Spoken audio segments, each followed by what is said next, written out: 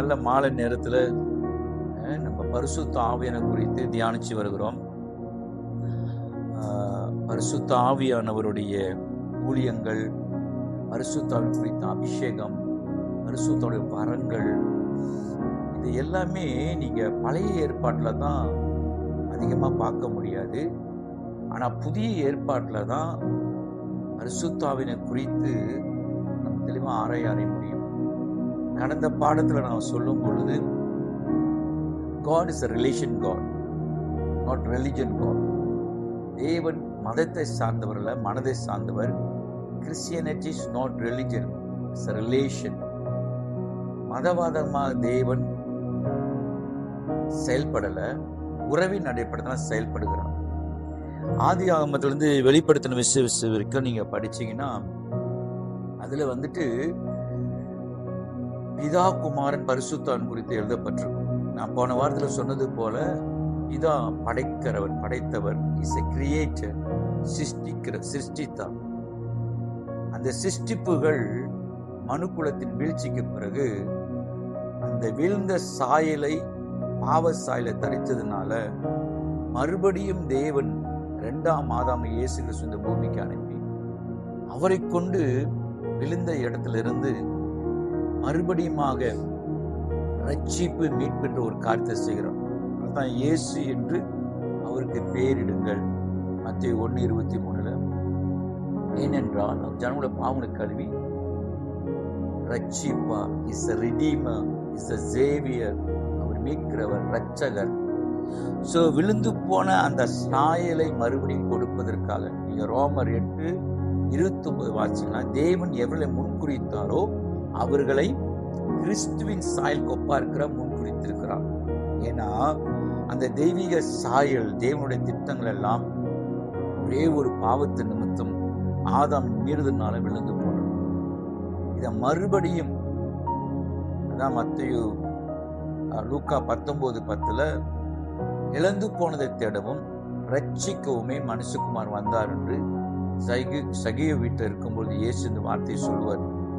இழந்து போனது, எதை இழந்தோம், எப்படி நமக்குள்ள இழப்பு ஏற்பட்டது, யாரால் இந்த இழப்பு வந்தது? ஆதாமை படைக்கும் போது ஆண்டவர் அவருடைய சாயல்ல, அவருடைய ரூபத்தின்படி, அவருடைய ஜீவனுக்குள்ளதான் படைத்தார். அந்த சாயலை தான் ஆபத்து நிமித்தம் மகிமைய ஆதாம் இழந்தான். நீங்க போய் ரோமர் 8ஆம் அதிகாரம் வாசிக்கும் பொழுது, ரோமர் 6ஆம் அதிகாரத்தை வாசிக்கும் பொழுது,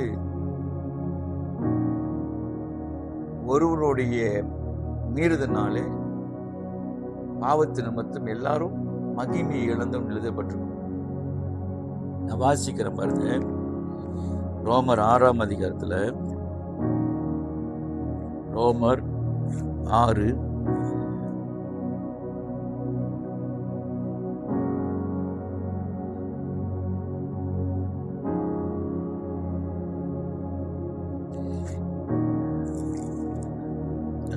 5ஆம் அதிகாரம், ரோமர் 5ஆம் அதிகாரம்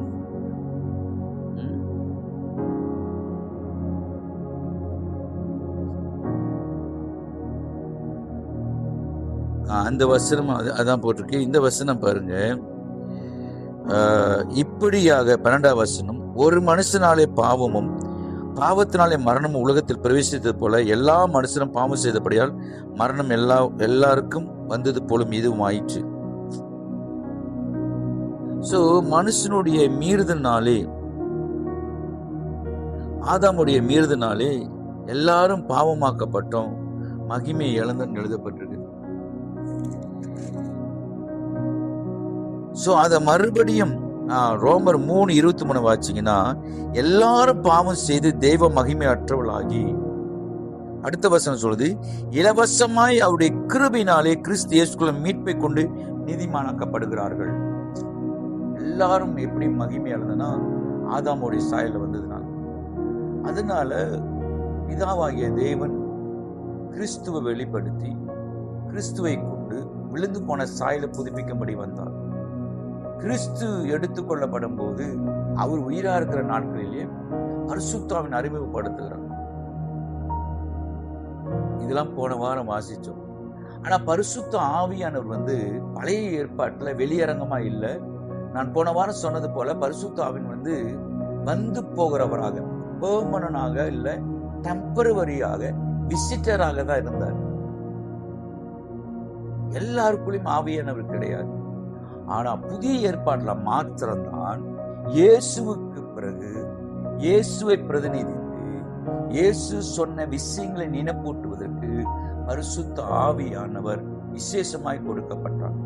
அப்போஸ்தலர் 2ஆம் அதிகாரத்துல இயேசுவோடைய வார்த்தையை கேட்டு அவர் வசனத்துக்கு கீழ்ப்படிந்து உன்னதத்திலிருந்து பலனால் தரிப்பிக்கப்பட வரைக்கும் நீங்க ஜெருசலேம் மட்டும் போக வேண்டாம் என்று இயேசு சொன்ன வார்த்தை கீழ்ப்படிந்திருக்கும் பொழுது மாம்சமான யாவரின் மேலும் அந்த மேலறை வீட்டில இயேசு சொன்ன வார்த்தைக்கு கீழ்ப்படிந்திருந்த அந்த சீசலோடு சேர்ந்து 120 பேர் காத்திருக்கும் பொழுது பெந்தெகோஸ்தே பண்டிகை பொழுது ஒரு அனுபவத்துல போறாங்க. அந்த அனுபவத்துக்குள் போகாத அந்த பண்டிகைக்கு வந்த பலவிதமான ஜனங்கள் அதை பார்த்து பரியாசம் பண்றாங்க. அங்க ஒரு விதண்டாவாதம் வருது, விவாதம் வருது. அததான் பேதுரு விளக்குறாரு. நீங்க காண்கிற அந்த அனுபவம் யோவேல் 2:28 சொல்லப்பட்ட தீர்க்கதரிசனம் நிறைவேறுது. மாம்சமான யாவர் மேல ஆவியை ஊற்றுவேன் என்று சொன்ன வசனம் தான் இங்க நிறைவேறுது. சோ பழைய ஏற்பாட்டுல இந்த அனுபவத்துல எல்லாரும் கடந்து போகல. ஆனா புதிய ஏற்பாடு வரும்போது பரிசுத்த ஆவியானவர் லூக்கா 24:49 இயேசு உயிர் தெழுந்த பிறகு சொல்லுவாரு, பிதா வாக்குத்தத்தம் பண்ணின பெற்றுக்கொள்ளும்படிக்கு நீங்க காத்திருங்க, ஆவியானவர் பெற்றுக்கொள்வதற்கு. அது மாத்திரமல்ல, இயேசு மரிக்கிறதுக்கு முன்பதாக யோவான் 14ஆம் அதிகாரம் 16ஆம் அதிகாரத்தில் கூட பரிசுத்தாவினை பற்றி அவருக்கு போதிப்பார். பரிசுத்தோட அவசியம், அபிஷேகம், அதை பெற்றுக்கொள்வது எவ்வளவு முக்கியம். இன்றைக்கு பரிசுத்தாவின் எல்லார் மேலும் ஊற்றப்பட்டிருக்கிறாரா? ஊற்றப்பட்டிருக்கிறாரு. அது பெந்தெகோஸ்து நாள் சீஷர்கள் காலத்துல அது நடந்துருச்சு. ஆனா இன்னைக்கு அந்த பெற்றுக்கொள்ளணும்ன்ற அந்த ஆர்வத்துல இல்லாத பட்சத்துல ஆவியானவரை நீங்க வாயின் வார்த்தையில சொல்லலாம் தவிர அவர் அனுபவிக்கிற அனுபவத்துல நீங்க போக முடியாது. அதனாலதான் யோவான் எழுதின சுவிசேஷம் 7ஆம் அதிகாரத்துல பண்டிகையின் கடைசி நாளில இயேசு இங்க கூடார பண்டிகை முடிஞ்ச பிறகு பாருங்க 37ஆம் வசனம், பண்டிகையின் கடைசி நாளாகிய பிரதான நாளில இயேசு நின்று சத்தமிட்டு, ஒருவன் தாகமாயிருந்தால் என்னிடத்தில் வந்து பானம் பண்ண கடவன், வேத வாக்கியம் சொல்லுகிறபடி என்னிடத்தில் விசுவாசமா இருக்கிறவன் எவனோ அவன் உள்ளத்திலிருந்து ஜீவன் தண்ணீருள்ள நதிகள் ஓடும் என்றான்.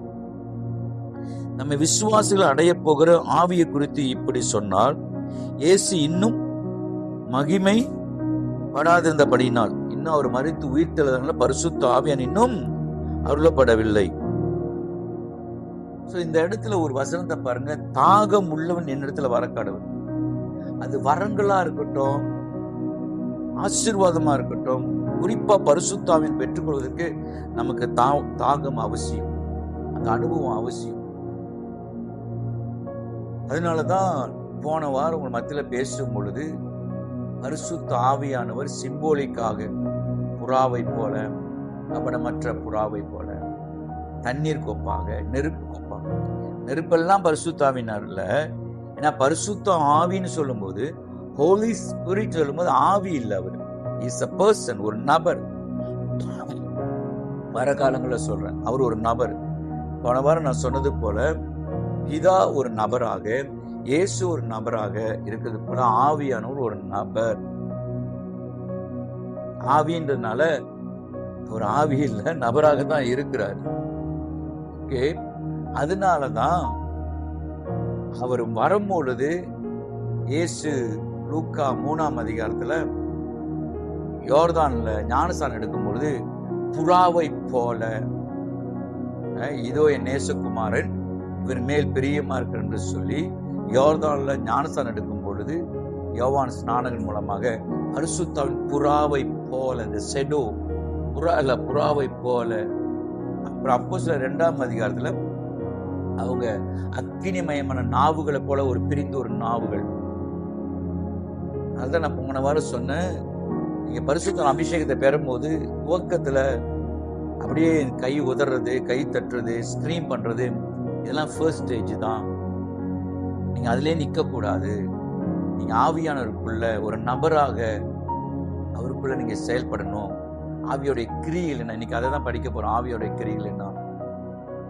அது மாத்திரமல்ல, போன வாரம் சொல்லும் போது லூக்கா 4ஆம் அதிகாரத்துல, லூக்கா 3ஆம் அதிகாரத்துல இயேசு பரிசுத்தாவில நிரப்பப்படுகிறான். அது நிரப்பப்படுகிற அனுபவம், அதான் ஃபர்ஸ்ட் ஸ்டேஜ்.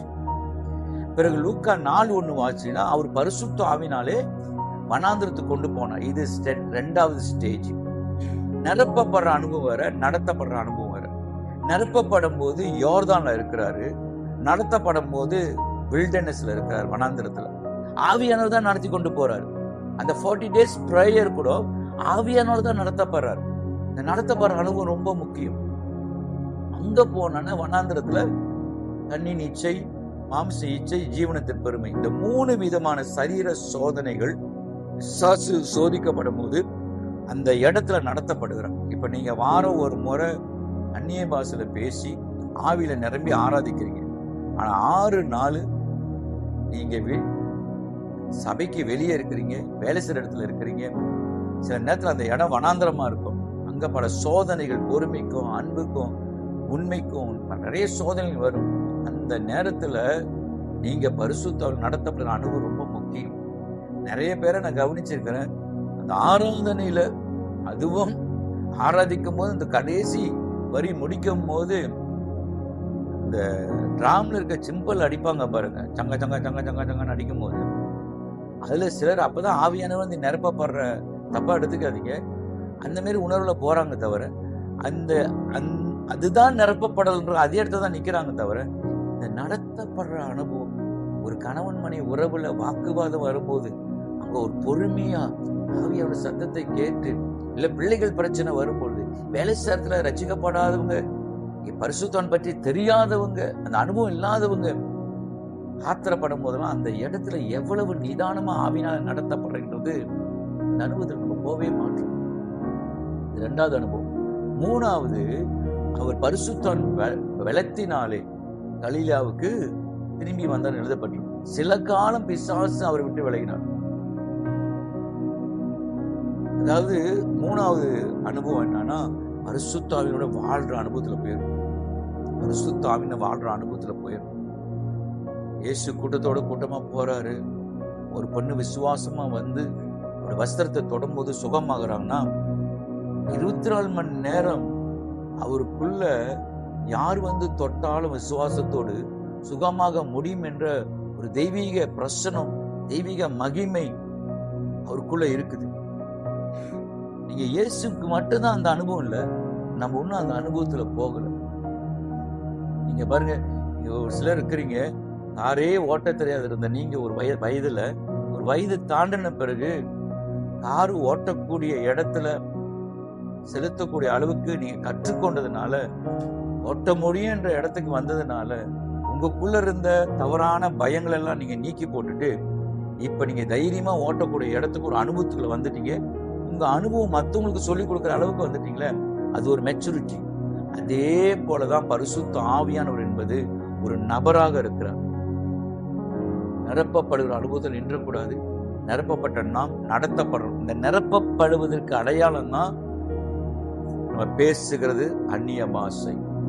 அந்நிய பாஷை என்பது, என் தாய் ஒரு தமிழச்சி, என் தந்தை ஒரு தமிழன், நான் பேசும் மொழி என் பிறப்பின் அடையாளம், என் இனத்தின் அடையாளம். தேவனால் பிறந்தவன் எவனும் 1 யோவான் 3:9. நமக்கு 2 பிறப்பு இருக்கு. அப்பா அம்மாவுடைய முதல் பிறப்பு, 2வது வசனத்தை கொண்டு பரிசுத்த ஆவினால மறுபிறப்பு பிறந்திருப்போம். நான் தேவனுடைய பிள்ளை, நான் பரலோகத்துக்குரியவன் என்கிற அந்த அடையாளத்தினாலதான் நான் நிரப்பப்பட்டவன் பரிசுத்த ஆவினால், நான் அபிஷேகம் பண்ணப்பட்டவன் பரிசுத்த ஆவினால், நான் பரலோகத்துக்குரியவன் என்கிற அந்த அடையாளத்தினாலதான் நாம் பரலோக பாஷையாகிய அந்நிய பாஷை பேசுறோம். நான் அந்நிய பாஷையை பற்றி பேசும்போது அந்த அந்நிய பாஷையுடைய ஆழமான ரகசியங்களை உங்களுக்கு தெளிவா சொல்லி கொடுக்குறேன்.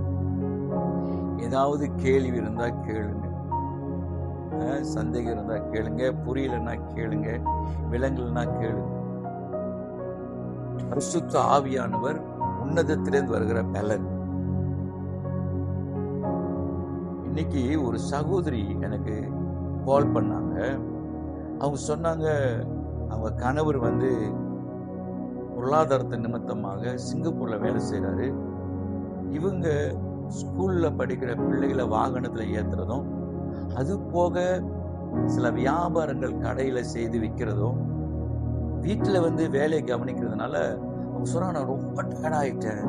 ஆனா உண்மை ஆச்சரியமா இருந்தது பாஸ்டர், நீங்க எப்பயுமே சொல்லுவீங்க வசனத்தை வாசிங்கன்னு.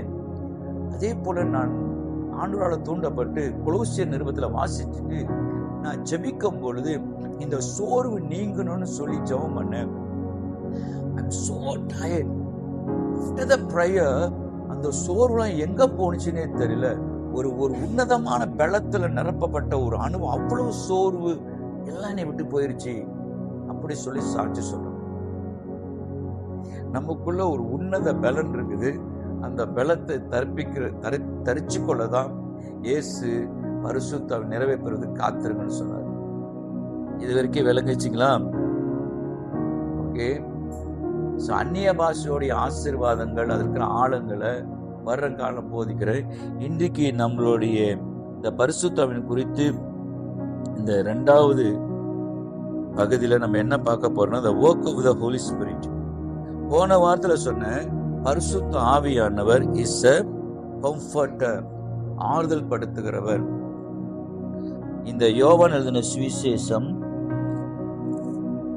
14ஆம் அதிகாரத்துல இயேசு மரிக்கிறதுக்கு முன்பதாகவே இவங்க இருதயம் மரணத்தை பத்தி பேசும்போது கலங்கிறத கண்டு அவங்களை ஆறுதல் படுத்தும்படியாக சில வார்த்தையை சொல்லிட்டு 16வது வசனம், நான் பிதாவை வேண்டிக் கொள்வேன், அப்பொழுது என்றென்றைக்கு உங்களோடு கூட இருக்கும்படியாக சத்திய ஆவியாகிய வேறு ஒரு தேற்றவாளன், சொல்லுங்க தேற்றவாளன், அவர் தேற்றுகிறவர், கம்ஃபர்டர், எல்லா சூழ்நிலையும் உங்களை தேற்றுவார். என்னை தேற்றுறதுக்கு யாருமே இல்லை என்ற இடத்துல நம்ம இருப்போம். ஆறுதல் படுத்த யாருமே இல்லைன்னு நினைப்போம். மறந்துடாதீங்க, அந்த மாதிரி சூழ்நிலை வரும்போது ஆவியானவர் சார்ந்து அவருடைய தேற்றுதலையும் ஆறுதலையும் பெற்றுக்கொள்ளுங்க. 2வது குறிப்பு, ஆவியானவர்களுடைய 2வது இஸ் ஹெல்பர், உதவி செய்கிறவர், உதவியாளர், துணையாளர். 3வது அட்வொகேட்டர், அறிந்து பேசுகிறவர்.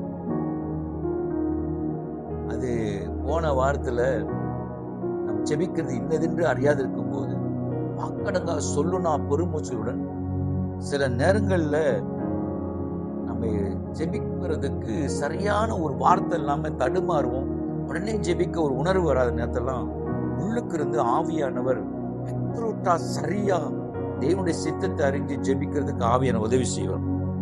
சில நேரங்கள்ல நீங்க அந்நிய பாஷையில ஜெபிக்க ஆரம்பிக்கும் போது ஆவிக்குரிய கதவுகள், ஆவிக்குரிய வாசல்கள், ஆவிக்குரிய அந்த மண்டலம் திறக்கப்படும். நீங்க சரியா ஜெபிப்பீங்க. இந்த வளவலான்னு ஜெபிக்காம விஷயத்துக்கு நேரா வராம சிலவங்க ஜெபிச்சுட்டு இருப்பாங்க பாருங்க. அதுதான் மத்திய 6ஆம் அதிகாரத்துல 3 விஷயம் அந்தரங்கத்துல இருக்கணும், மறைவா இருக்கணும். அது தேவனுக்கு உங்களுக்கு மட்டும் தெரிஞ்சா போதுன்னு வரும். அந்த 3 விஷயம் என்னது? 1வது, நீ ஜெபம் பண்ணும் போது அறை வீட்டுக்குள் சென்று அறைக்கதவை தாளிட்டு மறைவா இருக்கிற தேவன் நோக்கி ஜெபம் பண்ணுங்க. ஏன்னா அந்த நாட்களில அவங்க தெருவுலாம் நின்று ஜெபிச்சிருக்கிறாங்க. ஜெபம் பண்ணும் போது நீங்க எப்படி ஜெபிக்கணும், நீங்க ஜெபிக்க வேண்டிய விதமானதுன்னு சொல்லிட்டு பரமாண்டல இருக்க ஜெபத்தை சொல்லி கொடுப்பாரு. மனுஷர் காணும்படியா ஜெபிக்காதீங்க. அது உங்களுக்கும் தேவனுக்குள்ள ஒரு தனிப்பட்ட ஒரு தெய்வீக சந்திப்பு. அது ஒரு டிவைன் எப்படி சொல்றது, ஒரு தெய்வீக டிவைன் ரிலேஷன்ஷிப். அது ஒரு இன்டிமசி, ஒரு ஆழத்துக்குள்ள போறது. அதே போல நீங்க தர்மம் செய்யும் போது இடது கை செய்யறது வலது கையில செய்யறது இடது கை தெரியக்கூடாதுன்னா, இந்த கையில கொடுக்கறது இந்த கைக்கு தெரியாமையா இருக்கும். மற்றவர்களுக்கு தெரிகிற மாரி செய்யாதீங்க. பிறகு உபவாசம் எடுக்கும் போது, நீங்க விரதம் எடுக்கும் போது, நோன்பு எடுக்கும் போது, உபவாசம் எடுக்கும் போது மற்றவர்களுக்கு தெரிகிற மாரி எடுக்காதீங்க. நீங்க ஃபாஸ்டிங் எடுக்க முடிவு பண்ணினா 3 நாள் தலைமறைவாயிருங்க. நீங்க ஃபாஸ்டிங் எடுத்து ஒரு வீட்டுக்கு போகும்போது அவங்க சாப்பிடுங்க இல்ல டீ குடிங்க அப்படி சொல்லும் பொழுது நீங்க அவங்க முன்னுக்கு இல்ல நான் ஃபாஸ்டிங். இந்த 3 விஷயமும் மறைவா இருக்கும்படி முகவாடலா இருக்காதீங்க. ஏன் ஒரு மாதிரியா இருக்கிறீங்க மக்கள் கேட்கும் போது, இல்ல நான் இன்னைக்கு உபவாசத்துல இருக்கிறேன். ஒரு தர்மம் செஞ்சா என் பேர் சொல்லப்படணும், என் பேர் பட்டியல வரணும், இதெல்லாம் விரும்பாதீங்கன்றாரு. ஜெபிக்கிற விஷயம், கொடுக்கிற விஷயம், உபவாசிக்கிற விஷயம் அந்தரங்கத்துல மறைவா இருக்கணும். அது உங்களுக்கு தேவன் கொடுக்கின்றார். சோ இந்த பிரேயர்ல பரிசுத்தர் ரொம்ப நமக்கு உதவி செய்யறார். அடுத்தது அட்வைசர், ஆலோசகர், ஆலோசனை கொடுப்பார் பரிசுத்தர். இந்த 4 காரியங்களும் போன வாரத்துல சொன்னேன். இன்னைக்கு இன்னும் சில விஷயங்களை நம்ம ஆராய போகிறோம். என்னோடு கூட யோவான் எழுதின சுவிசேஷம் 16ஆம் அதிகாரம் எடுத்துக்கொள்ளுங்க. யாராரு ஒருவர் 8 வாசிக்கிறீங்களா? 7ஆம் வசனத்திலிருந்து வாசிங்க. 7ஆம் வசனம் 16:7.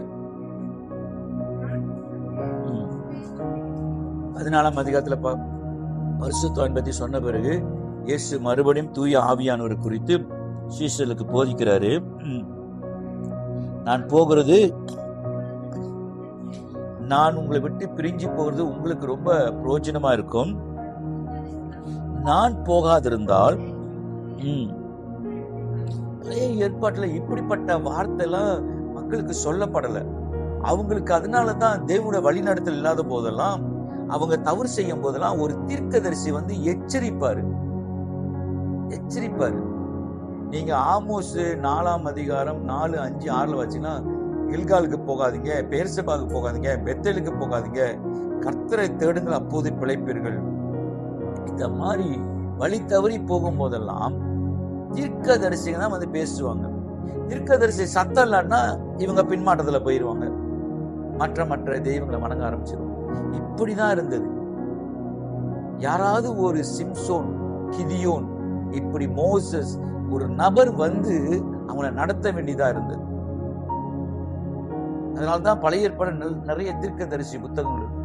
ஆனா புதிய ஏற்பாட்டுல வரும்போது, இங்க கவனிங்க, புதிய ஏற்பாட்டுல வரும்போது தூய ஆவியானவர் நமக்குள்ளே இருந்து நம்மளை நடத்திட்டு இருக்கிறார்.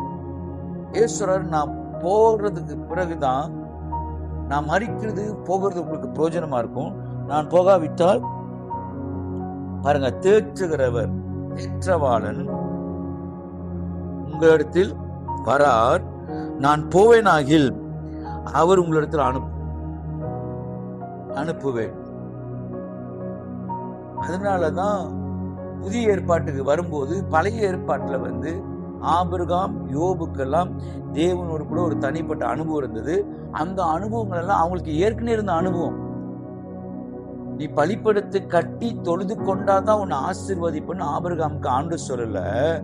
ஆனா ஆபிரகாம் என்னன்னா, தேராகு வம்சத்துல வந்ததுனால கடவுள் நமக்கு ஒண்ணு செஞ்சா கடவுளுக்கு நன்றி செலுத்துன்னு சொல்லிதான் போகிற இடத்துல பலிபீடம் கட்டிடுவார். பலிபீடம் கட்டுற இடத்துல அந்த இடத்துல ஒரு பேர் வைப்பாங்க, யெகோவா ஈரே. அதான் ஈசாக்கும் செய்வார். ஆனா மோசே வந்த பிறகுதான் லேவியர் கோத்திரன்னு ஒரு கோத்திரத்தை பிரித்தெடுத்து ஆராதிப்பதற்கு ஆசர் கூடாரம் வைத்து, அந்த ஆசர் கூடார பிரகாரம் பரிசுத்தலம், மகா பரிசுத்தலம், அதுக்குள்ள மகா பரிசுத்தலம் யாருமே போக முடியாது. பிரித்தெடுக்கப்பட்ட அந்த லேவியர்கள், அதுல 3 பிரிவு இருக்கு, கோகாத், கர்சோன், மொராரினி. இவங்க தான் அதுல ஊழி செய்யும்படி சொல்லி இப்படி ஜனங்களுக்குள்ள சில பிரிவுகளை வைத்திருந்தாங்க. அதுதான் மோசே, ஜோசுவா மரித்த பின்பு இந்த புக் ஆஃப் ஜட்ஜஸ், நியாயாதிபதி இருந்தாங்க. அவங்க நியாயாதிபதி காலம் முடிஞ்ச பிறகுதான் முதல் தீர்க்கதரிசி சாமுவேல், அப்புறம் தீர்க்கதரிசி எழும்ப ஆரம்பிச்சாங்க. ஆனா புதிய ஏற்பாட்டுக்கு வரும்பொழுது பவுல் இயேசுவை அறிந்த பிறகு, இயேசுடைய மகிமையை கண்ணார கண்ட பிறகு அவர் சொல்றாரு 1 கொரிந்தியர் 6:19, 1 கொரிந்தியர் 5 ஒரு விபச்சார காரியம் சர்ச்சில் நடக்குது கொரிந்து சபையில. அது குறித்து நீங்கெல்லாம் அஞ்ஞானிகளுக்குள்ள கூட இப்படி நடக்காது. நீங்க இந்த விஷயத்துல கொஞ்சமும் தூண்டப்படாமல் அதுக்கு ஒரு சரியான ஒரு பதில் கொடுக்காம இருக்குன்னு சொல்லிட்டு அந்த இடத்துல சொல்லுவார், கிறிஸ்துவின் அவைகளை வேசின் அவைகளை ஆக்கலாமா அப்படின்னு சொல்லிட்டு, இந்த அவைன்றது கிறிஸ்துவின் அவைன்னு சொல்லி அல்டிமேட்டா மேன்மையான சில காரியங்களை பேசுவாரு. பேசிட்டு தான் சொல்லுவாரு, உங்க சரீரம் தேவனால பெற்றும் தேவ ஆவியன் தங்குற ஆலயம். புதிய ஏற்பாட்டுல நீங்களும் நானும் தான் ஆலயமா இருக்கும். அந்த ஆலயத்துக்குள்ள ஆவியானவர் இருக்கிற இந்த மென்டாலிட்டி, இந்த சிந்தை வந்தா தான் சில மாமிச போராட்டங்களை மேற்கொள்ள முடியும்னு அந்த முழு அதிகாரத்திலையும் பவுல் மேலான விஷயங்களை கற்றுக் கொடுப்பார். பழைய ஏற்பாட்டுக்கும் புதிய ஏற்பாட்டுக்கும் நிறைய வித்தியாசம் இருக்கு. அதுதான் திருச்சபை. திருநாள் பரிசுத்தம். சபைனா எக்லேசியா, கிரேக்க வார்த்தை எக்லேசியானா ஒரு நோக்கத்துக்காக பிரித்தெடுக்கப்பட்ட ஜனங்கள். சரி, இந்த இடத்துல பரிசுத்தன் வரும்போது அவர் செய்யற மிக முக்கியமான 3 காரியங்கள் என்ன தெரியுங்களா? வாசிங்க. அவர் பாவத்தை குறித்தும், 2வது நீதியை குறித்தும், நியாயத்தீர்ப்பை குறித்தும் உலகத்தை கண்டித்து உணர்த்துவார். அவர்கள் என்னை விசுவாசியாதபடியினால் பாவத்தை குறித்தும். பரிசுத்த ஆவியானவருடைய மிக முக்கியமான 3 வேலை. இன்னும் இந்த work of the Holy Spirit நிறைய இருக்கு. அது 1வது பாவத்தை கண்டித்து உணர்த்துவார். எது பரிசுத்தம், எது பாவம், கன்விக்ஷன், உணர்த்துதல். நம்ம எல்லாருக்கூடயும் ஆவி இருக்குது. யாராவது ஒரு எடுத்து ரோமர் 1ஆம் அதிகாரம் 9ஆம் வசனத்தை வாசிக்கிறீங்களா? ரோமர், அப்புறம் ஒருத்தர் ரோமர் 9:2 வாசிங்க. 9 ரோமர் 1ஆம் அதிகாரம் 9ஆம் வசனம் பாருங்க. நான் ஜெபம் பண்ணும் போதெல்லாம் இடவிடாமல் உங்களை நினைத்து கொண்டிருக்கிறத குறித்து பாருங்க. நான் ஜெபம் பண்ணும் போதெல்லாம் இடவிடாமல், ஜெபத்துல ஒரு ஆளை நினைவு கூறுறது, உங்களை நினைத்து கொண்டிருக்கிறத குறித்து தமது குமாரனுடைய சுவிசேஷத்தினால் என் ஆவியோடு சேவிக்கிற தேவன் எனக்கு சாட்சியா இருக்கிறான். நான் சொல்றதை நிரூபிக்க முடியாது. நான் சொல்றது உண்மைன்றதுக்கு, நான் ஜெபிக்கும் போதெல்லாம் உங்களை நினைக்கிறேன் என்பதற்கு பரிசுத்த ஆவியானவர் தேவன் எனக்கு சாட்சியா இருக்கின்றார். அதே 9:2 வாசிங்க பார்ப்போம். 9:2, நான் சொல்கிறது பொய்யல்ல, கிறிஸ்துவ மையமா வச்சு நடுவராக வச்சு உண்மையை சொல்றேன் என்று பரிசுத்த ஆவிக்குள் என் மனசாட்சியோடு மறுபடியும் வாசிங்க அந்த வசனத்தை. நான் பொய் சொல்லல.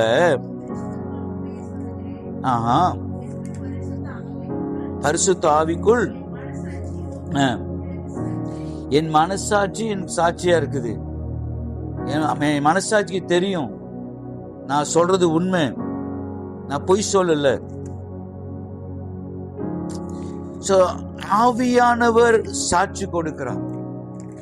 இது என்ன சொல்றேன்னா, பரிசுத்த ஆவியானவர் நம் ஆவியோடு கூட சாட்சி கொடுக்கிறவரா இருக்கிறார். எது பாவம், எது பரிசுத்தம். ஒன்னாவது பாவத்தை கண்டித்து உணர்த்துறார். அவருடைய வேலையில மிக முக்கியமான வேலை பாவத்தை கண்டித்து உணர்த்துகிற ஒரு காரியம். இந்த கன்விக்ஷன் கொடுக்கிறது ஆவியானவர் தான். 2வது வாசிங்க அந்த ரோமர் 16 மன்னிக்கணும், யோவான் 16 அங்கதான் இருக்கும். பாவத்தை குறித்தும் நீதியை குறித்தும். 2வது நீதி. எது அநீதி, எது நீதி. சில நேரத்துல நம்ம செய்யறது நமக்கு சரியா படும். நீங்க பட்டுன்னு பேசிட்டு நீங்க பாட்டுக்கு வந்துடுவீங்க. ஆனா வந்து கொஞ்ச நேரத்துல உங்களுக்கு நிறைய பேருக்கு இந்த அனுபவம் இருக்கும். சே, என்ன தெரிந்தாலும் நம்ம கொஞ்சம் அமைதியா இருந்திருக்கலாம், வீட்டுக்காரர் அப்படி கத்துனாரு, அதுக்கு நம்ம ஏன் அப்படி பேசியிருக்கணும், இந்த பிள்ளை பண்ணதுக்கு நம்ம ஏன், அது பிறகு பத்தி அப்படி உணர்த்தப்படும். அது ஒரு மாதிரி ஒரு கில்ட்டியாவே இருக்கும். எது நீதி அநீதி, ஒன்னாவது எது பாவம் எது பரிசுத்தம். இதான் ஆவியானவர் செய்கிற ஒரு முக்கியமான வேலை. அதனாலதான் நான் சொல்றேன், ஒரு பழைய சினிமா பாட்டு ஒன்று இருக்கு, நல்லவர்களுக்கெல்லாம் சாட்சிகள் ரெண்டு, ஒன்று மனசாட்சி, ஒன்று தெய்வத்தின் சாட்சி. ஆனா இன்னைக்கு இந்த காலகட்டத்துல நம்மளை குறித்து சாட்சி கொடுக்கிறவர், நம்மளை சரியாக்குறதுக்கு எது நீதி எது அநீதி என்பதற்கு சாட்சி கொடுக்க பரிசுத்தாவின் மிக முக்கியமான நபரா இருக்கிறாரு. நீங்க யாரோட சத்தத்தை கேட்கறீங்களோ இல்லையோ, அதான் வெளிப்படுத்துற விசேஷத்துல 7 சபைகளுக்கு யோவான் எழுதும் பொழுது அன்பு சிஷ்யன் அவருக்கு என்ன சொல்லுவார்னா, ஆவியானவர் சொல்கிறதை காதுள்ளவன் கேட்கிறார். ஒவ்வொரு சபையிலும் ஊழியங்கள் இருந்தது, அந்த ஊழியத்திலேயே சில பாதிப்புகள் இருந்தது. எபுசு சபை ஆதி அன்பை இழந்து போயிருச்சு, சர்த சபை உயிர் உள்ளதால் செத்து போயிருந்தது, தியேத்ரா சபையில ஜெசபேல் ஆவி உடையவளாக சுபாவம் உள்ளதாக ஒரு பெண்மணி தீர்க்கதரிசி என்ற போர்வையில ஊழி செய்யறாங்க. இதெல்லாம் எங்கேயோ ஒரு இடத்துல ஆவியானவர் சொல்றத சபை கேட்கறத விட்டுருச்சு. நீங்க ஆவியானவர் சொல்றத காதுடன் கேட்க கூடவன் ஜெயம் கொடுக்கிற சபை இது வந்து 7 சபைக்கு இந்த 2 வார்த்தை, இந்த 2 வசனம் மறுபடியும் எகெயின் ரிப்பீட் பண்ணப்படும். நீங்க ஆவியான சத்தத்தை கேட்டதான் நீங்க ஜெயிக்க முடியும். 1வது பாவத்தை குறித்து கண்டித்து உணர்த்துறார், 2வது நீதியை குறித்து கண்டித்து உணர்த்துறார், 3வது ஜட்ஜ்மெண்ட், எது சரியான தீர்ப்பு எது தவறான தீர்ப்பு. நம்மளாம் சில நேரத்துல தவறா தீர்ப்பிடுவோம் பாருங்க. மத்தேயு 7ஆம் அதிகாரத்துல இயேசு அந்த மலை பிரசங்கத்துல சொல்லுவார் பாருங்க, யாரையும் நீங்க சீக்கிரமா என்ன செஞ்சிடாதீங்க, தீர்ப்பிட்டுறாதீங்க. நீங்கள் குற்றவாளிகள் என்று தீர்க்கப்படாதபடிக்கு மற்றவர்களை குற்றவாளி என்று தீர்க்காதீர்கள். ஜட்ஜ்மெண்ட் பண்றது நான்லாம் காதார கேட்டுருக்கேன். இதெல்லாம் பாரு, தெருவுல வந்து நிற்கும், இதெல்லாம் பாரு, இதெல்லாம் தீர்ப்பிடுறது இல்லைங்க. அம்மா அப்பாவை வேதனைப்படுத்திட்டு போன பிறகு நீ பாரு, ஒரு நாளைக்கு அவனை நம்பி போற, நீ தெருவுல நிக்கிறியா இல்லையான்னு பாக்குறேன்னு அந்த மாரி தீர்ப்பிடுறது. நமக்கு எதிர்பார்க்கிற ஒரு காரியம் நடக்காம போகும்போது எரிச்சல்ல, பரிசுத்தாவின் கனிகள் இல்ல, தெய்வ சுபாவத்தில் இல்ல, இப்படி நம்ம தீர்ப்பிடும் பாருங்க. ஏனெனில் நீங்கள் மற்றவர்களை தீர்க்கிற தீர்ப்பின்படியே நீங்கள் தீர்க்கப்படுவீர்கள், நீங்கள் மற்றவர்களுக்கு அளக்கிற அளவின்படி உங்களுக்கு அளக்கப்படும். நீங்கள் கண்ணில் இருக்கிற உத்திரத்தை உணராமல் உன் சகோதரன் கண்ணில் இருக்கிற துரும்பை பார்க்கறது என்ன? நம்ம கண்ணுல மாற வேண்டிய, நம்முடைய வாழ்க்கையில மாற வேண்டிய எவ்வளவு பெரிதான காரியம்லாம் இருக்கும், அதை விட்டுப்புட்டு உத்திரம். ஆனா நம்ம துரும்பு சின்ன சின்ன விஷயத்தெல்லாம் பெருசா பார்ப்போம், ஆனா நம்ம மாற வேண்டிய பெரிய பெரிய காரியங்கள் நம்முடைய வாழ்க்கையில இருக்கும். மாயக்காரனே, முன்பு உன் கண்ணிலுக்கு உத்திரத்தை எடுத்து போடு, உன் சகோதரன் கண்ணிலுக்கு துரும்பை எடுத்து போட வகை பார்ப்பாய். ஆனா பரிசுத்தான் வரும்போது சரியா நாய்ந்திருக்கும். ஒன்னாவது பாவத்தை குறித்தும் நீதியை குறித்தும், எது பாவம் எது பரிசுத்தம், எது அநீதி எது நீதி, எது சரியான தீர்ப்பு எது தவறான தீர்ப்பு என்று கண்டித்து உணர்த்துவோம். சில நேரங்கள காலை எழுந்தோன்னு ஜெபம் பண்ணலான்னு ஒரு உணர்வு வருதா, அது ஆவியான் கொடுக்கிற தூண்டுதல். ஆமென். இந்த 1 தீமோத்தி 4ஆம் அதிகாரத்தை முதல் வசனத்தை பாருங்க. ஆவியானவர் வெளிப்படையாக சொல்கிறபடி, இதெல்லாம் நீங்களும் நானும் பிறக்கிறதுக்கு முன்பதாகவே ஆவிக்குரிய தகப்பனாகிய பவுல் தன் ஆவிக்குரிய மகனாகிய தீமோத்தேயுவுக்கு சொல்றாரு. பிற்காலங்களிலே மனசாட்சியில் சூடுண்ட பொய்யருடைய மாயத்தினாலே சிலர் வஞ்சிக்கிற ஆவிகளுக்கும். மனசாட்சியில சூடுண்ட பொய்யர், அது உண்மையான அர்த்தம் என்ன தெரியுங்களா? நீங்க இங்க இருக்கிற எல்லாருமே உங்களுடைய ட்ரெஸ் ரொம்ப நீட்டா அழகா இருக்கிறதுக்கு அயன் பாக்ஸ் எடுத்து அயன் போடுவீங்க. சில நேரத்துல இந்த அயன் பாக்ஸ் ரொம்ப சூடு ஏறிடுச்சுன்னா அதுல அளவு இருக்குது. எந்தெந்த துணிக்கு எந்த அளவுக்கு நீங்க அயன் போடணும்னு தெரியணும். உங்களுக்கு அனுபவம் இருக்குன்னு நினைக்கிறேன். அப்படி அயன் அந்த மாதிரி போட்டு அந்த ட்ரெஸ் வீணாயிருச்சுன்னா அதுக்கு ஒண்ணுமே செய்ய முடியாது. அந்த அர்த்தத்தை தான் அங்க சொல்லப்படும். அது ஒண்ணுமே செய்ய முடியாது. ஒண்ணு தூக்கி போடணும், இல்லைன்னா அந்த பகுதி வெட்டினா கூட தச்சணும், அசிங்கமா தான் இருக்க போகுது. மனசாட்சியில சூடுண்டு பொய்யர். மனசாட்சியில ஆவியோட தூண்டுதல் இல்லாம போயிருச்சுன்னா நீங்க செய்யற எந்த தப்புக்கும் ஒரு நீதி வச்சுக்குவீங்க.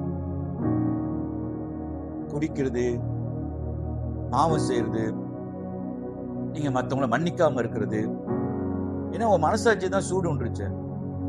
எந்த ஒரு குணத்துல இருக்காது. நான் அப்படி செய்யறேன்னு, இதை தப்பு பண்றேன்னு. அதுல சில நேரங்கள்ல நான் தப்பு பண்றேன், நல்லா தான் இருக்கிறேன். அதுல வேற நம்ம வேற சொல்லுவோம் பாத்தீங்களா, அவளாம் பாரு அநியாயம் பண்றான், அவளாம் நல்லா இருக்கிறான், நானா உண்மையா இருக்கிறேன், எனக்கு மட்டும் ஏன் இந்த கஷ்டம்? உண்மையா உத்தமமா இருந்த யோபுக்கு வந்த சோதனைய அனுமதிச்சது, பிசாசுக்கு இடம் கொடுத்தது தேவன் தான். ஆனா எந்த சூழ்நிலையும் என் தாசனாகிய யோபு எனக்கு நிப்பான் என்கிற கான்பிடன்ட் தேவனுக்கு இருந்தது. ஆனா முன்னிலைமை காட்டிலும் யோபு 42:12 அவருடைய பின்னிலை ரொம்ப ஆசீர்வாதமா இருந்தது. இன்னைக்கு யோபுடைய வாழ்க்கை நமக்கு எல்லாருக்கும் ஒரு டெஸ்டமனியா, சாட்சியா இருக்குது. மனசாட்சியில சூடு உண்டுச்சுன்னா அவங்க எப்படி தெரியுமா? உயிரோடைய மாயத்தினாலே சில வஞ்சிக்கிற ஆவிகளுக்கும். நம்ம டிசீவிங் ஸ்பிரிட்ட போயிருவோம். ரொம்ப கவனமா இருக்கணும். அடுத்தது, பிசாசின் உபதேசங்களுக்கு செவி கொடுத்து விசுவாசத்தை விட்டு விலகி போவார்கள். அதுல சில உபதேசம் என்ன தெரியுங்களா? விவாகம் பண்ணாது இருக்கவும், திருமணமே பண்ணாம இருந்தா நல்லா இருக்கும். இதுல கட்டிக்கிட்டு கஷ்டப்பட்டுக்கிட்டு இதெல்லாம் கடைசி காலத்துல வரும். இன்னைக்கு கூட ஒரு வாலிப பண்ணிக்கிட்டு நான் சொல்லி ஒரு நல்ல வாழ்க்கைக்கு வாய்ப்பை தர்றேன், எனக்கு அதுல இன்ட்ரெஸ்டே இல்லைன்னு. அது வாழ்க்கையில சில தோல்வியெல்லாம் நடந்துருச்சு. ஏன்னா பரிசுத்தாவினுடைய உணர்த்ததிலே இல்ல. வரப்போற காலங்கள் இப்படி இருக்கும் தீமோத்தி. அதுக்கு காரணம்னா மனசாட்சியில சூடுண்டு போய் அதான் ஜெபம் பண்ணாட்டி கூட அது நமக்கு ஒரு தேவனோட பேசல. ஜெபன்றது தேவனோட உறவாடுறது. அந்த உறவுல பாதிக்கப்பட்டா நமக்கு அது நமக்கு சரியா படாது. பாருங்க, இன்னைக்கு ஒரு தம்பி என்கிட்ட பேசிட்டு இருந்தாரு. அதுக்கு முன்ன பல வருஷமா சபையில இருந்த 2 பேரு நம்ம சபையை சார்ந்தவங்கல்ல, சபையை விட்டு போயிட்டாங்க. அவங்க போறதுக்கு காரணம் என்னன்னா, அவங்க எந்த சர்ச்சுக்கு போறது இல்லையா. கேட்டா வீட்டுல இருந்து நாங்க ப்ரே பண்ணிக்கிறோம், அடுத்தது தசம்பாகமே கொடுக்க கூடாது, ஏழைகளுக்கு வேணா உதவி செய்யலாம் அப்படின்ற ஒரு மனநிலைமையில அவங்களாம் இன்னைக்கு அப்படி இருக்கிறாங்க. ஏன்னா தசம்பாங்கன்னா என்ன, கொடுக்கறதுனா எப்படின்னா, கொடுக்கறது எப்படி கொடுக்கணும், எந்த மனநிலைமையில கொடுக்கணும், நீ யாருக்காக கொடுக்கிற, எதுக்காக கொடுக்கிற, இந்த அவசியம், இந்த தூண்டுதல் இல்லாததுனால வரப்போற நாட்கள் எல்லாம் பாருங்க இப்படிப்பட்ட ஒரு நம்பிக்கைக்குள்ள போயிருவாங்க. விவாகம் பண்ணாதிருக்கவும் விசுவாசிகளும் சத்தியத்தை அறிந்தவர்களும் ஸ்தோத்திரத்தோடு கொடுத்து அனுபவிக்க வேண்டிய தேவன் படத்தை போஜன பதார்த்தத்தில் விளக்கும் வேண்டும் என்று அந்த பொய்யர் கட்டளையிடுவார்கள்.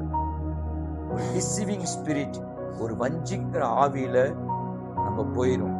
நம்ம எதை செஞ்சாலும் அதுக்கு ஒரு நீதி, அதுக்கு ஒரு நியாயம், அது தவறா படாது. பரிசுத்தன் வந்த பிறகு அவர் செய்கிற ஊழியங்களில் மிக முக்கியமான ஊழியம் பாவத்தை குறித்தும் நீதி குறித்தும் நியாயத்தீர்ப்பு குறித்தும் கண்டித்து உணர்த்துவார். அதே நேரத்தில் ஒரு சில வசனங்களை சொல்லி முடிக்கிறேன். யோவான் எழுதின சுவிசேஷத்தை எடுத்துக்கொள்ளும். அதுதான் நம்ம மனசாட்சியோடு ஆவியான சாட்சி கொடுக்கிறார். நம்ம மனசாட்சிக்குள்ள ஆவியான சொல்லுவார், நீ போய் ஒப்புருவாகு, நீ போய் மன்னிப்பு கேளு, நீ போய் ஜெபம் பண்ணு. இந்த மாதிரி நேரத்திலாம் அது தெய்வ சத்தன்றத சரியா செவி கொடுக்க அனுபவத்துல போயிட்டே இருக்கணும். நீங்க யார் சத்தத்தை கேட்குறீங்களோ இல்லையோ, ஆவியான உணர்த்தும் போது உங்களுக்காக உதவி செய்யறாரு. அவர் சத்தத்தை கேளுங்கள். யோவான் 14ஆம் அதிகாரம்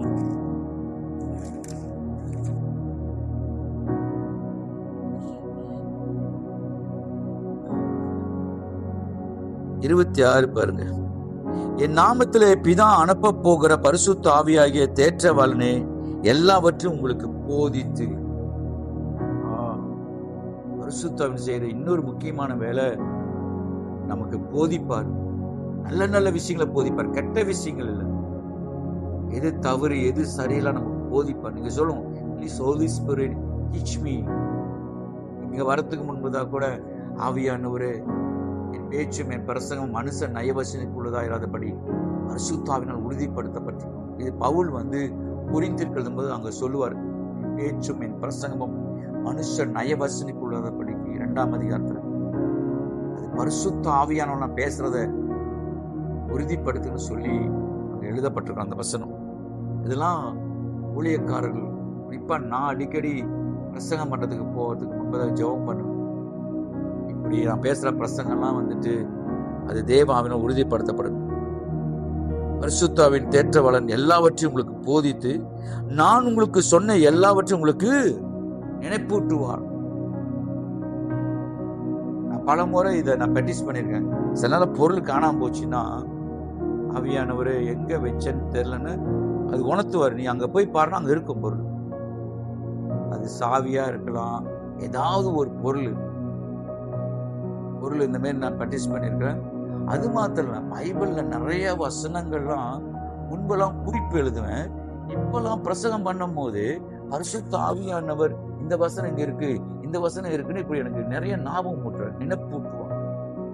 இதெல்லாம் நீங்க ஜபிக்கணும். இயேசு கிறிஸ்து சொன்ன போதிச்சதெல்லாம் யேசுவரார் உங்களுக்கு நினைப்பூட்டுவாரு. நான் சொன்னதெல்லாம் உங்களுக்கு நினைப்பூட்டுவாரு. அது மாத்திரம் இல்ல, சமாதானத்தை உங்களுக்கு வைத்து போகிறேன், என்னுடைய சமாதானத்தை உங்களுக்கு கொடுக்கிறேன். உலகம் கொடுக்கிற பிரகாரம் நான் உங்களுக்கு கொடுக்கறதில்லை. உங்கள் இறுதி கலங்காலம் பயப்படாம இருக்கு. இதெல்லாமே ஆவியானவர் செய்கிற மிக முக்கியமான ஊழியம். முதல்ல சொன்ன பாவத்தை குறித்தும் நீதியை குறித்தும் நியாயத்தை கண்டித்து உணர்த்துவார். அடுத்தது அவர் நம்மளை சரியான விதத்துல போதித்து நடத்துவார்.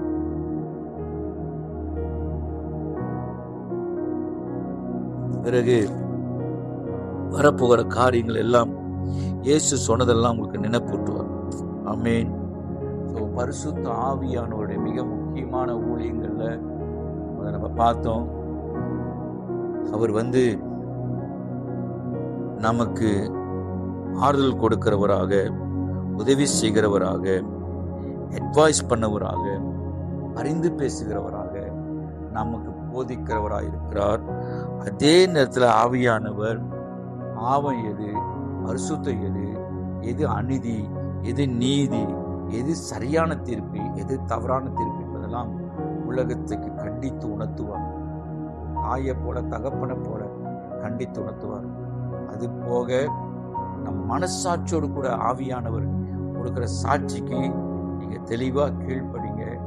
கடைசியாக இயேசு போதித்த போதனைகளையும் அநேக விஷயங்களை நமக்கு வரப்போற காரண நினைப்பூட்டுவார். என் ஊழியத்துல நான் நிறைய அந்த மாதிரி கடந்து போயிருக்கேன். ஒரே ஒரு சாட்சியை சொல்லிட்டு இந்த பாடத்தை முடிக்கலாம். 25ஆம் தேதி, பல முறை சொல்லியிருக்கேன், 5ஆம் மாசம் 2012 தீமோத்தி போற விபத்துல அடிபட்டார். அதுக்கு முன்னதாக ஒரு 2 வாரமா அப்பெல்லாம் நான் நிறைய பிசாசு கேஸ் வந்துகிட்டே இருக்கும். ஓய்வு நாளா ஓட்டுவேன். விடிஞ்சா இந்த தேதி 26 நினைக்கிறேன், 25 அடிப்பட்டாரு. வெள்ளிக்கிழமை 25 கல்யாணம். அதுக்கு முன்னே ஆண்டவர் காமிச்சாரு, தீமோத்தி அடிபட்டு இறந்து அவன் பிரேதம் வீட்டில் இருக்கும். இந்த சூழ்நிலை நான் ஒரு கல்யாணத்தை நடத்தி வைப்பேன். இந்த கல்யாணம் முடிஞ்ச பிறகு அந்த குடும்பத்தாரெல்லாம் சபை விட்டு போயிடுவாங்க. இது எல்லாமே எக்ஸாக்ட்லி நடந்தது. அவர் ஒண்ணு மறிக்கல, அதெல்லாம் அப்படியே நடந்தது. 2 வாரமா இப்படி ஒரு காரியம் என்னுடைய உணர்த்தப்பட்டுக்கிட்டே இருந்தது. சில நேரத்தில் பரிசுத்த ஆவியானவர் இப்படித்தான் உணவு. அது மாத்திரம் இல்ல, சில விஷயங்கள் எனக்கு ஒரு காரியங்கள் உணர்த்தப்பட்டா அத ஒரு 2-3 நாள் ஒரு விஷயம் உணர்த்திக்கிட்டே இருந்தாருன்னா ஆவியானவர், அது அப்படியே அக்யூரேட்டா இருக்கும். இது எப்படி பாஸ்டர் நீங்க இதுல போறீங்களா? நீங்க அதான் சொன்னேன், ஜெப நேரத்துல மட்டும் இந்த நிரப்பப்படுற நேரத்துல கையை தட்டி ஆர்ப்பரிக்கிறது நான் தப்புன்னு சொல்லல. அது அவங்களுடைய அனுபவங்கள். குழந்தையாவே இருந்துடாதபடி நீங்க சொந்தமா எல்லாம் செய்யறது போல நடத்தப்படுற அனுபவம், நிரப்பப்படுற அனுபவம். அதே நேரத்துல ஜெபத்துக்கு மாத்திரம் இல்ல, நீங்க கார்ல போகும் பொழுது, நீங்க தனிமையில இருக்கும் போது, சமைக்கும் போது கூட அவர் உணர்வு இல்லை, அவருடைய எண்ணத்துல பாருங்க. கூட பேசுற எனக்கு ஒரு மாதிரி ஆகுது. அந்த ஃபீலிங்ல நீங்க போயிடணும். ஆவியான அனுபவிங்க. நீங்க உங்களை ஆலயமா பாருங்க, மன்னிச்சு கொள்ளுங்க. இந்த வெளியரங்கமான தோற்றத்தை அலங்கரிக்கிற நம்ம இதயத்துல பாருங்க. ஆவியான சாட்சி கொடுக்க மாட்டாரா? மனுஷனுடைய ஆவி கர்த்தர் தந்த தீபமாச்ச. அந்த தீபம் வெளிச்சமா இருக்குன்னா அதுக்கு என்ன ரொம்ப அவசியம்? பரிசுத்தம் என்னைக்கு அடையாளமா இருக்கிறான். அந்த அபிஷேகம் நமக்குள்ள இருக்கும் போது எப்படிப்பட்ட ஒரு மனநிலையில் இருக்கிறோம் ரொம்ப முக்கியம். உணர்த்துங்க ஆவியானவரே. கேயாசி ரதத்தை பின்னால ஓடுறாரு, நாகமான ரதத்தை பின்னாடி. எலிஷா தீர்க்கதரிசி அவருடைய வீட்டுல இருக்கிறாரு.